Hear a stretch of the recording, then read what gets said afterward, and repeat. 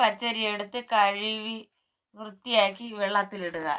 ഇട്ട ശേഷം കഴുകി ഊറ്റി വെച്ച ശേഷം പുട്ടിൻ്റെ അരിപ്പിന്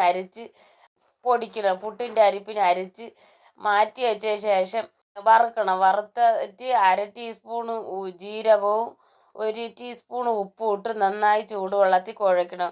കുഴച്ച ശേഷം അത് ഉരുളകൾ ഉരുട്ടിയെടുത്ത് നല്ല തിളപ്പിച്ച എണ്ണയിലേക്ക് പറക്കിയിടുക. നല്ല മൂത്തൊന്ന് വരുമ്പോഴത്തേക്ക് നല്ല മണമായിരിക്കും ജീരകത്തിൻ്റെയും ഉപ്പിൻ്റെയും. അരമുറി തേങ്ങയും കൂടെ ആണെങ്കിൽ ഈ കുഴയ്ക്കണ സമയത്തിട്ട് നല്ലപോലെ തേങ്ങ വേണമെന്നുണ്ടെങ്കിൽ അതും കൂടെ ഇടാം. നല്ല മണവും രുചിയായിരിക്കും.